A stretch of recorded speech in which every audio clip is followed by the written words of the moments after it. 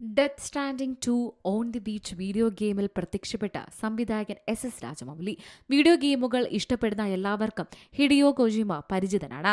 Death standing എന്ന game സൃഷ്ടിച്ചത് അദ്ദേഹമാണ്. അതിന്റെ രണ്ടാം പതിപ്പിലാണ് രാജമൗലി പ്രത്യക്ഷപ്പെടുന്നത്. അദ്ദേഹം മാത്രമല്ല, അദ്ദേഹത്തിന്റെ മകനും അദ്ദേഹത്തിന്റെ സിനിമകളുടെ ലൈൻ പ്രൊഡ്യൂസറുമായ എസ് കാർത്തികേയനും death stranding 2 on the beach എന്ന വീഡിയോ ഗെയിമിൽ ഒരു ചെറിയ അതിഥി വേഷത്തിൽ പ്രത്യക്ഷപ്പെട്ടു.